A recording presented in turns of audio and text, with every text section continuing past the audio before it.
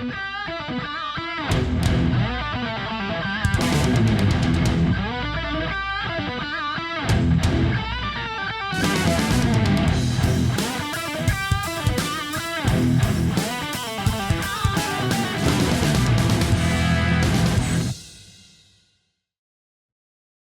my name is Rich Howard, owner of Architectural Builders Supply, and this project is probably long overdue in the sense that lots of customers call and what do you mean? These don't exist. Thin door spacers. It's true that thin door spacers exist, but they don't just exist for every lock, every time, all the time, independent of door thickness that you're trying to start at, get to, things of that nature. So thin door spacers, Schlage has thin door spacers for their grade 1 lever locks. There are thin door spacers for their ND series. If you want to put a $500 lock on a $30 door, you can do it. Those do exist with Schlage. Speaking of Schlage, their B250 series, it's a dead latch. It's a deadbolt. Think of a deadbolt, except that it's not a bolt that's thrown, it's a latch. Those are used on gates all the time. And there is a principle in that series of lock that, depending on how many collars or spacers you use, depending on the length of the tail pieces that you use, you can really do super thin doors and you can do really thick doors with those within reason. But in most instances, what you bump into when it comes to someone needing thin door spacers, I don't have a standard door thickness. So in our world, it's 1.75 inches, sometimes 2.25, but also anything. I've done locks for 4-inch thick doors. I've got a 6-inch long mortise cylinder. You can think how thick of a door that could possibly work on, something that's 10-inch thick or even thicker. Um, People that are needing thin door spacers generally are grouped into, I have a really unusual door. I have an 1.125 door. I have a 3/4 inch door, but I really want to put this standard lock. So for our contractor industry professional types, when you look at the cut sheet, it will always tell you the range of door thickness. 1.375 to 1.775. Door thicknesses up to 1.775, things of that nature. Same with door viewers. You'll always have a door range of how thick the unit can be installed onto. For our homeowners, like this client who has been the genesis of where this video is coming from, they don't know what lock they have, like what the cut sheet is. They don't know any of that. This client actually literally bought locks on Facebook Marketplace. Awesome. I've used Facebook Marketplace to great success. Go try to buy bubble wrap at the local big box office supply store. You'll soon realize, oh, no, no, no, no. No, no, no. I'm not going to spend a day's pay on bubble wrap. And I've also bought a bike rack on Facebook Marketplace. I just needed something now. And you can walk into the bike store and get one, and it's this many hundreds of millions of dollars. So Facebook Marketplace to the rescue. So this client bought 8 what actually are Schlage F series, Passage, I think, or Privacy, whatever they are. And the client gets them, and who knows? I don't know what the client paid for them. Let's say $5 each, something probably very inexpensive. They get them home and realize, oh, that doesn't go down far enough. Well, what's the deal with that? And the client measures the door. It's 1.125 inches. The client's mother lives in technically what's a mobile home. It's a mobile home park. And down here in Southwest Florida, there's one over there. There's one over there. They're everywhere. They're a very convenient place for people who are widows, widowers in a community that has some sort of cohesion within it. And the houses are 30,000, 50,000, 150,000, not 500,000. Downsizing. So this mobile home situation is perfect for the client. She lives where she wants to live, the state where she lives, with the people that she wants to be around. So it's a win-win-win. When it comes to 1.125 inch thick doors, because it's a mobile home, you're really dealing with specific mobile home hardware, and that's just not what the client wants for her mom. The mom needs or wants levers for the obvious uh, ease of using the doors. So I'm in the shop today making for a very large prime general contractor in the United States. I'm prototyping some spacers for them. And I bought a sheet of plastic. It's probably acrylic, for these spacers that I'm making. And the client calls on Thursday, the thin door spacer client, and I tell her, listen, I'm going to be at my CNC machine on Saturday, and I've got this piece of 1/8 inch thick plastic that happens to be black. I'll prototype it. So here we are.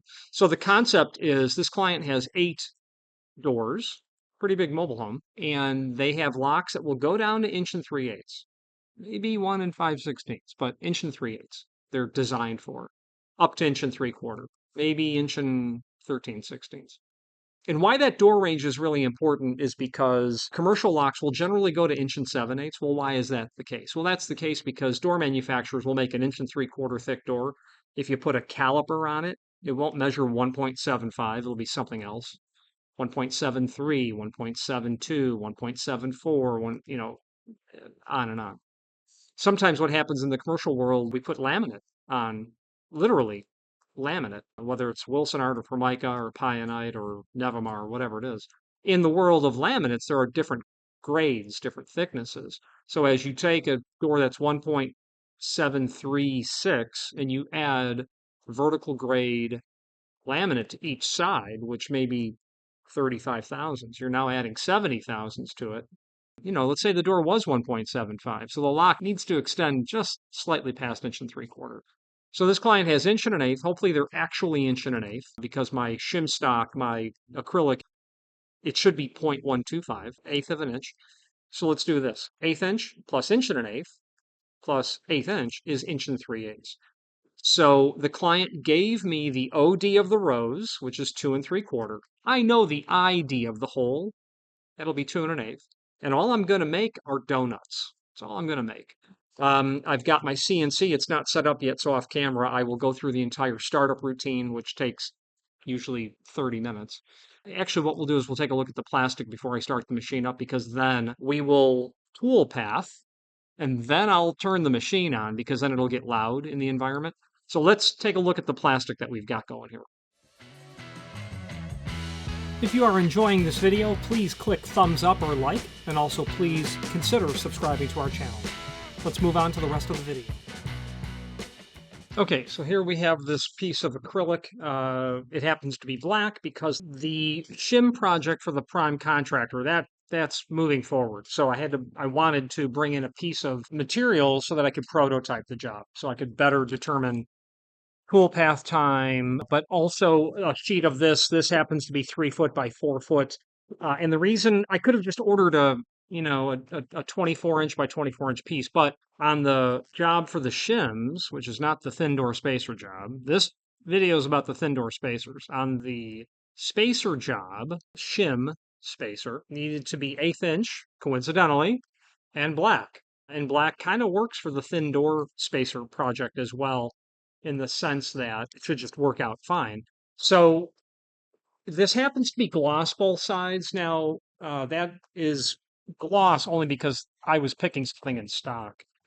So the client for the shims called, and I said, I'm going to prototype that. Then the thin door spacer client called a week later, basically. And it just so happens my shop day is today. I'm going to do both.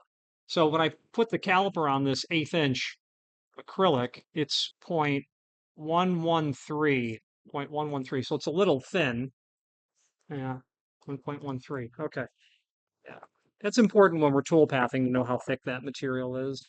So it's a big sheet of material, and the reason I bought a sheet was because I need to be able to draw the two vectors for the shims for the customer. In this thin door, let's just use this thin door spacer as the example. I need to be able to draw the vector for the donut or the thin door spacer, but then I need to be able to take that vector and the tool paths and then do an array copy tool path. So I'm not manually creating 16 individual vectors, meaning copy paste, no problem, but I want the computer to do that. I want the software to do it. So the reason that I wanted a larger sheet is because I need to tool path these and place them adjacent to each other such that as the tool is cutting everything, the pieces are held down to the workpiece. I was thinking tabs, using tabs to hold it all down, because I'm going to be using really small bits to cut this, meaning I'm not going to do this with a 1/2 inch bit. I'm going to do it with a really small bit because I don't want to impart a lot of energy to the workpiece so as to force it to move. Small amount of energy so that I'm not breaking the pieces loose. So we'll try tabs, but now I'm realizing I bet you two-sided tape wouldn't be a way to do this, but I could probably just use two-sided tape as well to keep the pieces, the donuts, in place as I do the inner cut and then the outer cut. It's when you do that outer cut and liberate it from the rest of the piece that you've got to figure out how am I going to keep it from flying off the table because I'm pushing on it at 1.5 inches per second, 1.5 inches per second, probably with what we'll end up doing here. So, we're at the experimental phase. So I suggest let's move to tool pathing and let's draw the tool path for this. And you'll see what I mean by the array copy tool path. Okay, so what we have pulled up here is the client's message to me. Hi, Richard. The measurements I provided over the phone for the extender are OD 2.75, ID 2 inch. She said 2 inch, but it needs to be 2 1/8, eighth of an inch thick. We would need 2 per door with 8 doors, so 16 total thin door spacers. I attached pics of the doorknobs and of one of the doors, but that pic wasn't the best. I can get better pics of the actual door tomorrow. If you need it, I don't. We're good. Let's take a look at what the client sent. So this is their Facebook Marketplace score, probably Schlage F-Series Privacy. I don't remember the name of this lever. It's not the Elan. Who knows? Satin nickel finish, obviously. Client giving me some scale here, I imagine. It's what we're looking at. Or at least I think they're Schlage. I don't know for sure. I'm not sure what that's trying to show me, except that that's upside down. The client may want them that way, but that lever is intended to be installed the other way. I am not the door handing police, so install it however you like. And what's fun about this project we're doing is you have these square roses. We can do that as well. This is what the client's referring to in terms of their door thickness. So yeah, probably a really thin type door. Okay. There was really nothing else to take a look at in terms of that material. So let's fire up our Vectric software and let's work on our tool pathing. If you are enjoying this video, please click thumbs up or like, and also please consider subscribing to our channel. Let's move on to the rest of the video. So here's VCarve, and let's create a new file. Let's say that our workpiece is 36 on the X, and we'll do 48 on the Y, and 0.113. That's what we actually measured. But we're going to zero to the material surface. XY datum lower left is fine for me. And let's actually use solid color black. It'll look goofy, but nonetheless. Okay, so we have our parameters for the basic setup. Okay, so now let's draw a vector. And I'm not really particular about where on this sheet I'm cutting it because I've got enough plastic here. But what I'm going to do is I'm actually going to move the workpiece. Let me switch to the camera view so I can show you what I'm stammering about. Okay, so what I'm stammering over is the dust boot, specifically where the spindle is in relationship to where the dust collection is. So let me grab the tape measure and let's take a look at that. Because if I just set these tool paths up hard on X equals 0, all of that plastic's going to hit the floor, and that's just blah. So let's say dust collection is in this area and my spindle is basically here. I'm going to bump everything back 8 inches. Okay, so I'm going to start the drawing with my tool piece as if X8, 8 on the X was actually 0. So when I fixture the piece down, I'm just going to scoot it in like 8 inch is what I'm going to do. So let's move back to the screen. Okay, so what we'll do is I could just zero the machine. I could set the zero over just in the software. But in this case, because I want to physically see what's happening in the workpiece and on the table, I want the software and reality to look the same. So I've changed my width to 44 inch. So what that means is I'm going to bring a guideline here to 8. And that's going to be where I start my tool path because my workpiece is going to be pushed back 8 inch. That's just how I'm going to do this. So let's bring in another guideline. Then we just have an origin point here for our workpiece. So we know that our circle is going to have to be, well, let's not draw that yet. It's 2 3/4 diameter. So that's 1 1/8 radius. However, we're going to need to push it back off of the end of the workpiece slightly. So 2.75. All right, so here's a vector. I can't put it here. Well, I can. What I can't do is put it here because I'm going to need to tab this. Or at least my approach right now is to tabbing it. So I'm going to need to move it over and up such that I can have the diameter of the bit come through here and leave a tab and leave enough material over as a skeleton for the rest of the piece. Think of building a model as a child and you're breaking your pieces off of that plastic skeleton. So this is the point where I need to stop the video and actually determine the diameter of my bit because I don't know how far over to leave it, in the sense that I don't want to just assume I'm using a 1/4 inch bit or a 1/2 inch bit and then just leave enough room. I want to know the bit I'm going to use so I can design this accordingly because that's my approach. So let's figure out what bit we're going to use.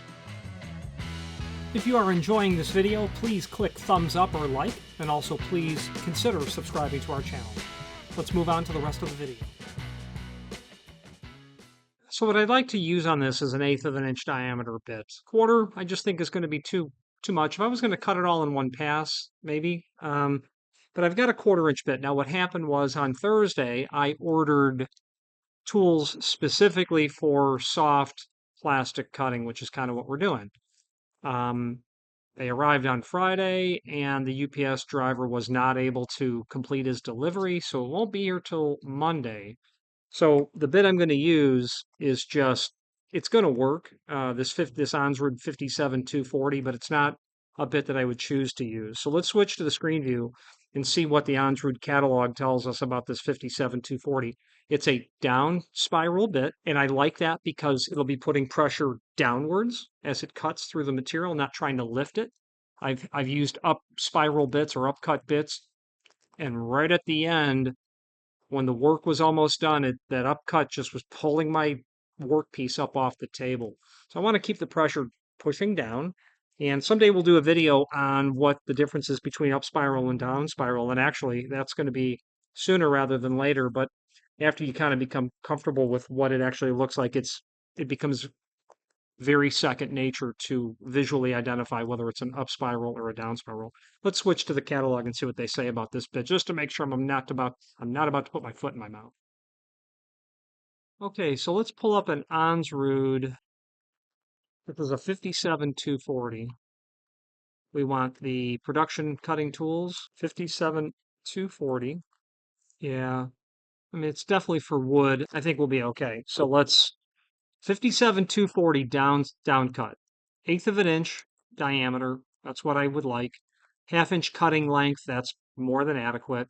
It has a 1/4 inch diameter, which I like as well for the shank. So I'm going to have a thicker amount of tool being held in the collet with the for me, the added benefit of having a smaller cutting diameter.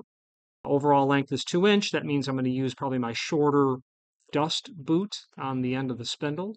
I'm going to leave this open, but what I want to do is get to the cutting data. I haven't studied soft and hard plastic yet, but I think this plastic's a bit more elastic, easier to melt. So we're going to need to probably move slower, turn faster. Well, we'll see what happens.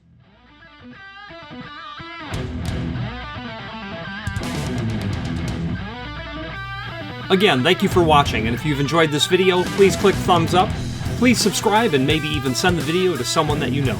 Thank you.